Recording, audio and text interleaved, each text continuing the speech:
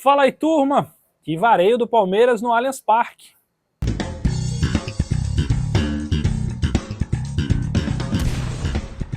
É sobre isso que a gente vai conversar em 3 rápidos pontos aqui, destacar esse apavoro que foi a partida hoje entre Palmeiras e Ceará, jogo válido pela volta na terceira fase da Copa do Brasil. O Ceará pegou um gigante, talvez o principal time do país na atualidade, ali competindo com o Flamengo. Hoje está um pouco mais à frente no Brasileiro. O fato é que a montanha já era íngreme. E aí, para competir contra esses times, você precisa estar num dia, né, numa noite realmente muito inspirada, o que não foi o caso. Em 3 pontos a gente vai conversar aqui sobre esse jogo. Antes de mais nada, se inscreve no canal, ativa as notificações e deixa o like aqui, é sempre muito importante para a gente continuar batendo esse papo, tá? Vamos lá. A primeira parte desse vídeo, o primeiro ponto, é destacar o seguinte: o Ceará pegou um Palmeiras hoje naquele modo extremamente competente, extremamente ofensivo, que consegue ser efetivo nas criações de jogadas principalmente. E se a gente for olhar, é um Palmeiras que não poupou jogadores, nem na Arena Castelão e nem no Allianz Parque. O que mostra o tamanho da relevância, o tamanho da importância que tem essa competição para o Palmeiras. O Abel sempre fala na ideia de ter um time que briga por todas as competições. Então, não teve essa de, porque pegou reserva, porque o Palmeiras poupou, longe disso. Pegou um time muito concentrado. Então o Ceará teve muita dificuldade, por quê? Porque o Palmeiras atacou pelos dois lados, tanto com o Piquerez, quanto também com o Giai, e depois que o Felipe Anderson machucou, com a entrada do Mike também, foi um time que foi muito consistente na fase ofensiva com seus laterais. A gente nem precisa falar muito do meio de campo. E contou com uma noite dos seus atacantes, e aí principalmente, né, o nome do Palmeiras hoje, o Estevão, mais uma vez em uma noite inspirada. Então, para você jogar contra um time como esse, é preciso encaixar a marcação de uma maneira muito precisa. E o Ceará foi um time desencaixado. Foi um Palmeiras que teve volume, um Palmeiras que ocupou o campo de ataque, e depois que faz 1-0, depois da penalidade sofrida pelo próprio Estevão, acho que o Dieguinho dá uma bobeada ali no lance. O lance foi para revisão e tudo mais, né? Tem gente que não acha que é suficiente para falta, mas enfim, o Dieguinho correu um risco extremamente desnecessário, e o Estevão vai lá, perde o pênalti, o Fernando Miguel ainda pega, depois faz 1-0, e daí para frente não, o Palmeiras domina o jogo, o Ceará praticamente se entrega, né? Se rende em relação a tentar virar o placar, e fica um jogo muito mais favorável para a equipe do Palmeiras.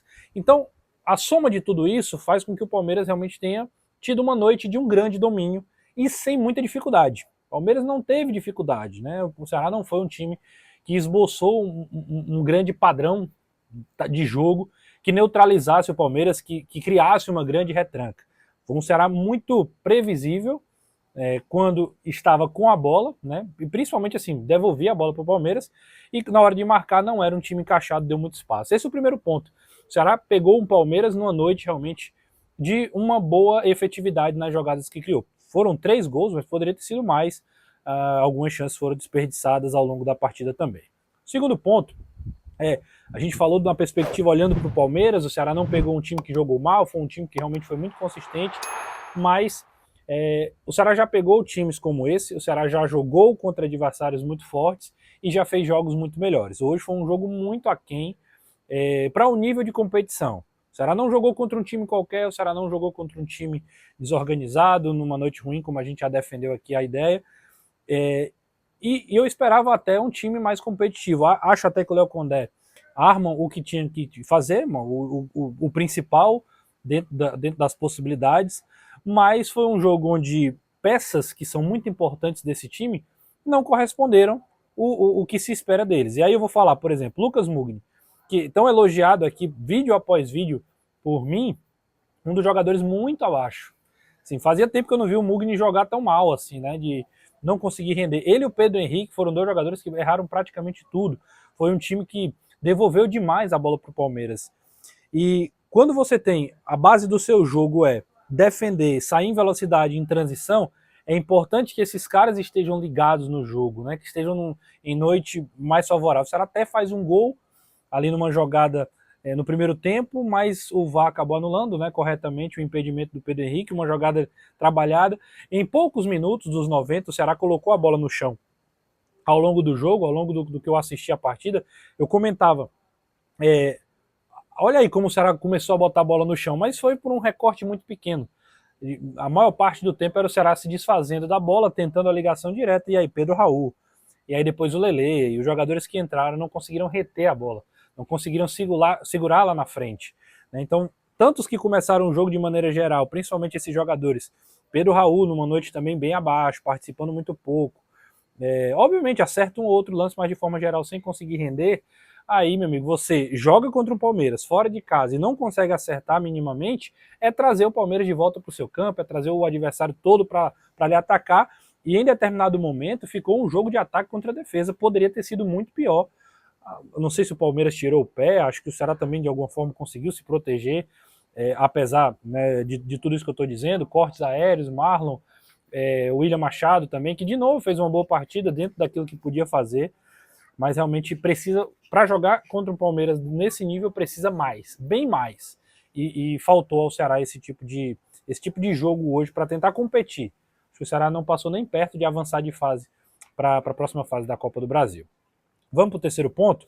Antes de mais nada, um abraço para todo mundo que está acompanhando, agradecendo a galera que está sempre com a gente, quase 10 mil inscritos, no Instagram também a gente já está batendo quase 11, e é muito legal agradecer a todo mundo, e também falar da Zirac Jeans, que está sempre junto com a gente, seja no nosso estúdio, seja também no nosso dia a dia, e também nos momentos como esse. Estamos aqui num estúdio diferente, num local diferente, mas com a indumentária aqui da Zirac Jeans, que está sempre junto com a gente, então você pode também conferir as ofertas, hashtag Vim Pelo Manso, vai lá, entre em contato que você vai ter os melhores descontos possíveis das melhores peças da Zirac Jeans no Instagram. Combinado? Vamos para o terceiro ponto e reta final. Fica uma lição dessa eliminação e desse jogo, principalmente do jogo. O Ceará vai precisar refletir muito sobre, tem um bom sistema defensivo, tem bons jogadores ali atrás que vivem uma boa fase, porém para competir, para seguir competindo no Campeonato Brasileiro, vai precisar de uma fase ofensiva, de jogadores ofensivos numa sequência mais inspirada. Depende hoje de alguns jogadores, e a minha preocupação é que isso não se sustente até o final do campeonato. O Ceará hoje é quinto lugar, está fazendo uma grande campanha, perder para o Palmeiras no Allianz não é nenhum absurdo, não precisa de nenhum tipo de crise, mas fica a lição. O Ceará vai fazer jogos contra o Palmeiras, vai jogar contra o Flamengo, vai jogar contra equipes que estão muito ajustadas, equipes que vão se reencontrando, que vão reforçar na parada da Copa do Mundo de Clubes, e o Ceará vai precisar reforçar também. Não adianta achar que, não, porque está fazendo uma boa campanha, pronto, está tudo certo. Não, ainda tem algumas limitações, e eu destaco principalmente a criação e a definição de lances. O Ceará precisa de mais, até para não depender de um jogador ou outro. Aí entra a discussão se é para trazer o Vina, se não é para trazer o Vina, ok. Se a diretoria entender que o Vina não é o melhor perfil para compor esse elenco, por vários motivos, custo-benefício, nível técnico e tudo mais, ok, eu entendo. Mas precisa vir alguém. Não dá para ficar só esperando que o Matheus Araújo seja substituto do Mugni sempre. Acho que ele vai entrar, vai ajudar em alguns momentos, mas de forma geral, não. Então acho que é preciso pensar com carinho, olhar para o jogo de hoje, já está fora da Copa do Brasil, não volta mais, mas olhar para frente e destacar, pontuar que é preciso reforçar o time, é preciso reforçar em algumas posições para primeiro cumprir o principal objetivo do ano, que é permanecer na Série A do Campeonato Brasileiro. E apesar do bom início do Campeonato Brasileiro, não se enganem, vem chumbo grosso pela frente. O Campeonato Brasileiro muito nivelado, muito difícil, e futebol é confiança. O Ceará vive um bom momento, mas precisa manter esse ritmo, e o Campeonato Brasileiro da Série A é maratona, né? É corrida de longa distância, não é aquela de velocidade que você começa bem e depois fica pelo caminho. Importante refletir. Esses os 3 pontos. Deixa aí os comentários também, se inscreve no canal, ativa as notificações e vai ficar um link aqui para você assistir outros conteúdos do canal. Beleza? Grande abraço e até a próxima.